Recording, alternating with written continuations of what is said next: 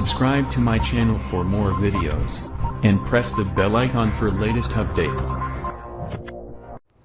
बिस्मिल्लाहिर्रहमानिर्रहीम। Dear student, आज का जो हमारा लेक्चर है वो इस चैप्टर का सेकंड लास्ट लेक्चर है और इसका टाइटल है क्लोनिंग। अच्छा, क्लोनिंग का लफ्ज़ी मतलब है कॉपी करना। तो अगर हम किसी भी ऑर्गेनिज्म की कॉपी कर रहे हैं तो ये प्रोसीजर क्लोनिंग कहलाता है। अच्छा, क्लोनिंग के लिए ज़रूरी ये है कि जिस ऑर्गेनिज्म की हमने कॉपी बनाई वो पेरेंट्स की तरह की हो, और इसके लिए ज़रूरी ये है, जैसे फॉर एग्ज़ाम्पल ऑर्गेनिज्म के जो करैक्टर को स्पेसिफाई करते हैं जीन्स। अगर हम कहते हैं कि दो ऑर्गेनिज्म बिल्कुल एक जैसे हैं तो इसका मतलब ये है कि इनके दोनों की जीन्स भी एक जैसे होने चाहिए। ठीक है, तो इस टर्म को हम कहते हैं जेनेटिकली आइडेंटिकल, कि दोनों के जीन्स एक जैसे, जेनेटिकली आइडेंटिकल्स। तो जब भी हम कॉपी बनाएंगे, हमेशा जितनी भी कॉपीज बनेगी वो पेरेंट्स के लिहाज से जेनेटिकली आइडेंटिकल होंगी। और इस मेथड के लिए हम हमेशा एसेक्सुअल रिप्रोडक्शन का ही इस्तेमाल करते हैं, क्योंकि सेक्सुअल रिप्रोडक्शन से कभी भी जेनेटिकली आइडेंटिकल ऑफस्प्रिंग प्रोड्यूस नहीं होते। उसकी क्या वजह है? जैसे फॉर एग्जांपल हम बात करते हैं कि सेक्सुअल रिप्रोडक्शन की, तो इसका मतलब ये है कि एक मेल मेंबर है, एक फीमेल मेंबर है। अच्छा, प्लांट में भी ध्यान में रखना, कुछ ऐसे प्लांट हैं जिनमें मेल और फीमेल जो जेंडर है वो अलहदा होता है। सपोज हम कहते हैं ये वो प्लांट है, तो जब इससे ऑफस्प्रिंग बनेंगे तो इसके पास मेल वाले जीन्स भी आएंगे, इसके पास फीमेल वाले जीन भी आएंगे, तो यहां आके एक जीन का मिक्सचर बन जाएगा। मेल वाले भी हैं, फीमेल वाले भी हैं। तो ये जो मिक्सचर की वजह से ना ये मेल जैसा रहेगा ना ये फीमेल जैसा रहेगा। तो इसका मतलब ये है कि सेक्सुअल रिप्रोडक्शन में जितने भी इंडिविजुअल प्रोड्यूस होते हैं वो टोटली डिफरेंट होते हैं फ्रॉम द पेरेंट्स के लिहाज से। लेकिन जब हम एसेक्सुअल की बात करते हैं, एसेक्सुअल का मतलब क्या है कि एक पेरेंट से ही उसकी कॉपी बनी है, तो इसके पास जितने भी जीन आए वो इसी पेरेंट से आए हैं। तो चूंकि सारे जीन इससे आए हैं तो इसका मतलब ये होगा कि इसके पास भी वही जीन होंगे जो इसके पास है। तो हम ये कहेंगे ये जेनेटिकली आइडेंटिकल है, जेनेटिकली आइडेंटिकल है। और जो करैक्टर इसके पास है वही करैक्टर अब इसके पास होने चाहिए। तो दोनों रिप्रोडक्शन के अपने अपने बेनिफिट्स, अपने अपने ड्रॉबैक्स हैं। तो इसको हम with the passage of time discuss करेंगे। बहरहाल आपने जहन में रखना है, जब भी हम क्लोनिंग की बात करते हैं, चूंकि हमें कॉपीज चाहिए होती हैं और कॉपीज उसी सूरत में बन सकती हैं जब पेरेंट्स और ऑफस्प्रिंग के जीन्स एक जैसे हों, और ये सिर्फ एसेक्सुअल रिप्रोडक्शन में ही होगा। तो इसको डिफाइन कैसे करेंगे? The production of genetically identical copies of a cell. हमने एक सेल या ऑर्गेनिज्म की कॉपी बनाई, वो कॉपी हमेशा जेनेटिकली आइडेंटिकल होनी चाहिए, और ये काम एसेक्सुअल रिप्रोडक्शन के जरिए से हुआ, इसको क्लोनिंग कहा जाता है। उसके बाद क्लोन क्या होता है? जैसे एक ऑर्गेनिज्म ए है, हमने इसकी 3 कॉपी कर ली, तो ये जो 4 मेंबर का ग्रुप बना है ये क्लोन कहलाता है। बाद दफा स्टूडेंट थोड़े से कंफ्यूज हो जाते हैं, वो समझते हैं कि शायद एक जैसे बच्चों को क्लोन कहा जाता है। नहीं, क्लोन में पेरेंट्स और उसके जो ऑफस्प्रिंग हैं और सारे ऑफस्प्रिंग एक जैसे होने चाहिए। तो ये जो ग्रुप बना है ये क्लोन कहलाता है। और क्लोन के जितने भी मेंबर हैं, चूंकि उनमें जीन्स एक ही पेरेंट से आए हैं, तो वो सारे के सारे जेनेटिकली आइडेंटिकल होंगे। हाँ, बाज़ दफ़ा ये होता है कि जब ऑर्गेनिज्म बन रहा होता है इन्वायरमेंट में रेडिएशंस की वजह से, केमिकल्स की वजह से या एबनॉर्मल फैक्टर्स की वजह से, बाज़ दफ़ा उसका जेनेटिक मेकअप थोड़ा सा बदल जाता है। इस जेनेटिक मेकअप, जीन्स के बदलने को म्यूटेशन कहा जाता है। हेरिडिटी इंफॉर्मेशन के तब्दील होने को म्यूटेशन कहा जाता है। हाँ, अगर ऑर्गेनिज्म में म्यूटेशन हो गई, जीन्स बदल गए, तो फिर हम उसको कहेंगे कि ये जेनेटिकली आइडेंटिकल नहीं है। वरना क्लोन की शर्त ये है कि उसके सारे मेंबर जेनेटिकली आइडेंटिकल होने चाहिए। तो क्लोन को डिफाइन कैसे करेंगे? ऑर्गेनिज्म भी उसमें शामिल है along with its asexually reproduced offspring। तो उसमें जितने भी बच्चे हैं जो एसेक्सुअल रिप्रोडक्शन के जरिए से बने हैं उस ऑर्गेनिज्म के, वो सारे मिला के क्लोन बनता है। तो all member of clone are genetically identical. जितने भी मेंबर हैं क्लोन के वो एक जैसे होने चाहिए, लेकिन बाद दफ़ा एक जैसे नहीं भी रहते क्योंकि उनमें म्यूटेशंस हो जाती हैं। तो म्यूटेशंस का मतलब क्या है? जेनेटिक मैसेज का बदल जाना। उसके बाद क्लोनिंग दो तरह से है, natural cloning, artificial cloning. Natural cloning नाम से जाहिर है अगर ऑर्गेनिज्म के पास नेचर का दिया हुआ मेथड है जिसके जरिए से वो खुद ब खुद क्लोनिंग करता है तो ये नेचुरल क्लोनिंग होती है। आर्टिफिशियल नाम जाहिर है अगर इंसान अपनी मर्जी से क्लोनिंग करवाता है तो वो आर्टिफिशियल कहलाएगी। हाँ, जब हम एग्जांपल को डिस्कस, पहली बात, no normal animal reproduces cloning naturally, कि कोई भी नॉर्मल से मुराद ये हायर एनिमल्स हैं, जैसे जितने भी वर्टिब्रेट्स हैं जो हायर एनिमल्स हैं उनमें कभी भी नेचुरल तरीके से क्लोनिंग नहीं होती। यानी जब भी हमने वर्टिब्रेट की क्लोनिंग करनी है तो हम क्या इस्तेमाल करेंगे, आर्टिफिशियल मेथड इस्तेमाल करेंगे। तो नो नॉर्मल से मुराद यहाँ आप हायर एनिमल्स लें कि जितने भी हायर एनिमल्स हैं वो क्लोनिंग नॉर्मल तरीके से, नेचुरल तरीके से नहीं करते। हाँ, कुछ इंसेक्ट हैं, इसमें भी ज़्यादातर जितने भी एनिमल्स हैं, एक बात आपने जहन में रखनी है, सब में सेक्सुअल रिप्रोडक्शन होती है, लेकिन कुछ इंसेक्ट हैं जिनमें एसेक्सुअल रिप्रोडक्शन भी होती है। जैसे इसके दो बेस्ट एग्जांपल हमारे सामने हैं, एफिड्स, इसमें बाज़ दफ़ा पार्थिनोजेनेसिस हो जाता है। अब पार्थिनोजेनेसिस क्या है कि एग ही पूरा ऑर्गेनिज्म बना देता है। जिस तरह मेल हनी बीज,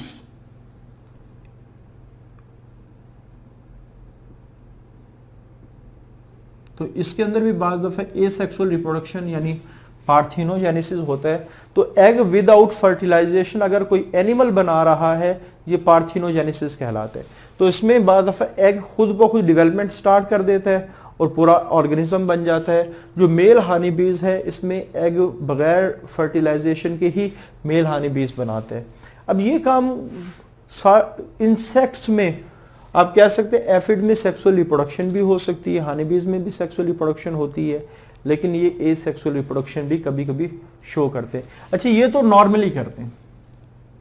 अगर हम इसकी बात करें, हम आगे जो बात लिखी फ्यू डू सो रेगुलरली, तो इनमें तो नॉर्मली रिप्रोडक्शन एसेक्सुअल ही होती है।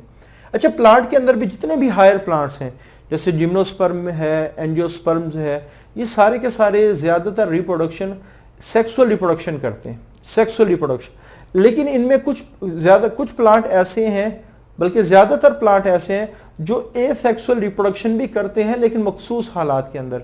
जैसे अगर हम स्ट्रॉबेरी की बात करें तो स्ट्रॉबेरी को कहा जाता है ये रनर है, इसमें ज्यादातर सेक्सुअल रिप्रोडक्शन होती है लेकिन ये रनर है। अब रनर क्या होते हैं कि इसका स्टेम बाई चांस ये किसी वजह से बेंड कर गया और जो सॉइल है उसका जो सिरा है, जो उसकी टिप है वो सॉइल में इम्बेड हो गई और यहाँ से नया प्लांट। चूंकि ये प्लांट इससे निकला है, सिर्फ इसी से निकला है, यहाँ कोई सेक्सुअल रिप्रोडक्शन नहीं हुई, तो यहाँ ये प्लांट इसकी कॉपी होगा। तो इस तरह क्लोनिंग हो सकती है। जैसे बनाना है उसमें एक स्ट्रक्चर बनता है जिसको बुलबिल कहा जाता है, वो बुलबिल बाद दफ़ा से सेपरेट होके उससे पूरा प्लांट बना लेते हैं। अब ये कोई उनका ज्यादातर इनमें जो प्रोमिनेंट रिप्रोडक्शन है वो सेक्सुअल है, लेकिन एसेक्सुअल रिप्रोडक्शन भी साथ साथ हो रही होती है। लेकिन जो हम लोअर एनिमल्स की बात करते हैं, जब लोअर एनिमल्स की बात करते हैं या लोअर प्लांट्स की बात करते हैं, तो इनमें एसेक्सुअल रिप्रोडक्शन बहुत ज्यादा कॉमनली हो रही होती है। जैसे लोअर प्लांट ज्यादातर स्पोर्स के जरिए से भी रिप्रोडक्शन कर सकते हैं। लोअर प्लांट से मुराद आप ज्यादातर एलजीबी वगैरह भी लगा लें, या इसमें आप दूसरे ऑर्गेनिज्म की बात करें फंजाई वगैरह भी लगा। अच्छा, लोअर एनिमल्स जैसे जितनी भी स्पॉन्जेस हैं वो उनमें बडिंग होती है। निडेरियन के काफ़ी सारे मेंबर जैसे हाइड्रा है उसमें बडिंग होती है, प्लेनेरिया है उसमें फिशन होती है। तो ये मुख्तलिफ जितने भी लोअर एनिमल है उसमें एसेक्सुअल रिप्रोडक्शन सेक्सुअल रिप्रोडक्शन के साथ साथ चल रही होती है। तो उनमें एक रेगुलर मेथड है जिसके जरिए से वो अपनी कॉपीज बना रहे होते हैं। तो जब भी एसेक्सुअल रिप्रोडक्शन होगी तो हमेशा कॉपी बनेगी, हमेशा कॉपी बनेगी। तो हमारे पास ज्यादातर तो यहाँ तीन कैटेगरी आ गई। अच्छा, हायर एनिमल्स तो करती ही नहीं। लोअर यानी जो मीडियम दर्जे के एनिमल है जैसे इंसेक्ट वगैरह है, होती भी उसमें सेक्सुअल रिप्रोडक्शन भी होती है, लेकिन ज़्यादातर प्रोमिनेंट उनमें क्या होती है, सेक्सुअल। इसी तरह काफ़ी सारे जो प्लांट है उनमें प्रोमिनेंट सेक्सुअल रिप्रोडक्शन होती है, लेकिन वो एसेक्सुअल रिप्रोडक्शन भी कर सकते हैं। जो लोअर है, जितना लोअर ऑर्गेनिज्म होता जाएगा उसमें एसेक्सुअल रिप्रोडक्शन कॉमन होती जाएगी, और जितना हायर ऑर्गेनिज्म होता जाएगा उसमें सेक्सुअल रिप्रोडक्शन ज्यादा कॉमनली होती जाएगी। तो ये तीन कैटेगरी, द मोस्ट हायर, ये थोड़े मीडियम दर्जे के हैं, और ये सबसे लोअर दर्जे के हैं। तो मोस्ट हायर में बिल्कुल नहीं होती, जो मीडियम दर्जे में कभी होती कभी नहीं होती, और इसमें ज्यादातर होती है। तो ये तीन कैटेगरीज हैं। उसके बाद अगर हम बात करें आर्टिफिशियल क्लोनिंग की, नाम से जाहिर है कि इसमें इंसान अपने फायदे के लिए इस क्लोनिंग को करता है। तो सबसे पहला, अब यहाँ ये हायर एनिमल्स के अंदर की बात हो रही है, हायर एनिमल्स, क्योंकि हायर एनिमल्स में हमेशा आर्टिफिशियल क्लोनिंग ही की जाएगी। जैसे मैमल्स हायर एनिमल्स में आते हैं, तो सबसे पहला जो मैमल जिसकी क्लोनिंग की गई थी 1997 में स्कॉटलैंड के साइंटिस्ट ने, डोली। ठीक है, तो ये सबसे पहला कामयाब तजर्बा था कि हम हायर एनिमल की कॉपी भी बना सकते हैं। प्लांट्स में तो वैसे ही बन सकती है, जैसे टिश्यू कल्चर टेक्निक हमने डिस्कस किया था, उसके जरिए से आप इजीली कॉपी बना सकते हैं। लेकिन हायर एनिमल्स को भी क्लोन किया जा सकता है। तो 1997 में पहला एक्सपेरिमेंट डोली का सक्सेसफुल रहा। अच्छा, उसके बाद जब ये कामयाब एक्सपेरिमेंट हो गया तो मैमल्स की काफ़ी सारी स्पीशी हैं, जैसे माइस है, को है, उनको क्लोन किया जा चुका है। तो बहरहाल आर्टिफिशियल क्लोनिंग के जरिए से हायर एनिमल्स की क्लोनिंग भी पॉसिबल है। क्यों की जाती है क्लोनिंग, उसकी सिग्निफिकेंस क्या है? सबसे पहले इसका हमारा मकसद होता है यूजेनिक एम। यू का मतलब होता है अच्छा, वेल, जेनिक जीन्स। तो इसका मतलब क्या होगा कि क्लोनिंग का हमारा मकसद यही होता है कि अच्छे जीन्स रखने वाले ऑर्गेनिज्म की हम कॉपीज बना लें। अच्छे, जैसे एक अच्छा एनिमल है, उसकी हमारी कोशिश होगी, उससे अगर फूड ज़्यादा मिल रहा है, उससे गोश्त ज़्यादा मिल रहा है, दूध ज़्यादा मिल रहा है, तो हमारी कोशिश होगी उसकी कॉपीज़ बनाए, या उसमें दूसरी क्वालिटीज़ हों। दूसरी क्वालिटीज़, जैसे घोड़ा है, रेस में तेज़ दौड़ता है, तो हमारी कोशिश होगी कि उसकी क्लोनिंग की जाए। तो यही हमारा मकसद है, अच्छे जीन्स रखने वाले ऑर्गेनिज्म की ज़्यादा से ज़्यादा कॉपीज़ बना के उससे इंसान ज़्यादा से ज़्यादा फ़ायदा उठाए। तो इंसान ने इस टेक्निक को एडॉप्ट किया है ताकि वो बहुत ज़्यादा तादाद में प्रोड्यूस करवा सके वैल्यूएबल एनिमल्स, कीमती जानवर ऑफ नॉन प्रेडेटरी, जिनकी नस्ल बड़ी अच्छी है। जैसे मशहूर है हमारे यहाँ कि साहिवाल नस्ल की जो गाय है ये ज़्यादा दूध देती है। इसी तरह जो अरबी नस्ल का घोड़ा है वो ज़्यादा तेज़ दौड़ता है। तो ये हमारे पास बाद एनिमल है जिनकी नस्ल अच्छी होती है, उनसे ज़्यादा फ़ायदा हमें मिल रहा होता है। पेडिग्री शजर नस्ल को या नस्ल को कहा जाता है। तो बहरहाल वो एनिमल्स जो बहुत ज़्यादा कीमती हैं, जिनसे बहुत ज़्यादा बेनिफिट्स मिल रहे हैं, तो उनकी कॉपी की जा सकती है इस क्लोनिंग के ज़रिए से। उनकी नस्ल को ज़्यादा किया जा सकता है इस क्लोनिंग के ज़रिए से। उसके बाद ह्यूमन क्लोनिंग, हमने कहा कि मैमल्स के ऊपर कामयाब तजर्बा हो चुका है, मैमल्स की क्लोनिंग की जा रही है, तो ह्यूमन भी मैमल है। तो साइंटिस्ट की पूरी कोशिश है वो ह्यूमन क्लोन तैयार कर सके, उनकी पूरी कोशिश है। अच्छा, ज़्यादातर हम जब ह्यूमन क्लोनिंग की बात करें, अक्सर मुल्कों में ये बैन है, लेकिन जैसे चाइना है, रशिया है, उनमें ये क्लोनिंग हो रही है। तो अक्सर मुल्कों में इसको अखलाकी तौर पे ठीक नहीं समझा जाता कि हम इंसान की क्लोनिंग करें, इंसान की कॉपी बना लें।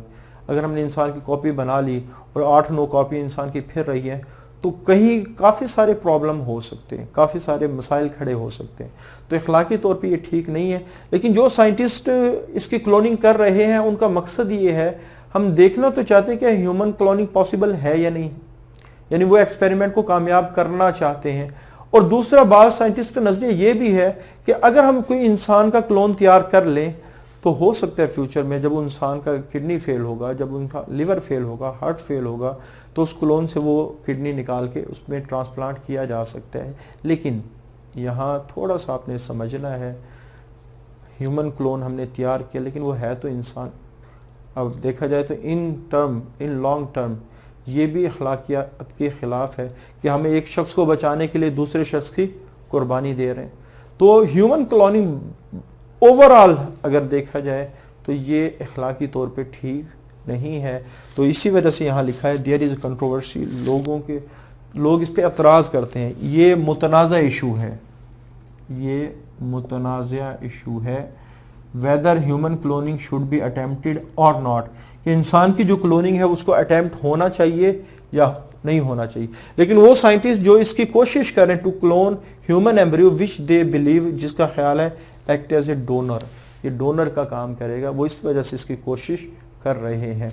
तो बहरहाल ह्यूमन क्लोनिंग से लिहाज से आपने 2 पॉइंट ध्यान में रखने हैं कि डोनर के लिए क्लोनिंग की जा रही है बाज़ मुल्कों के अंदर, लेकिन ज़्यादातर मुल्कों में बैन है क्योंकि ये कंट्रोवर्शियल इशू है।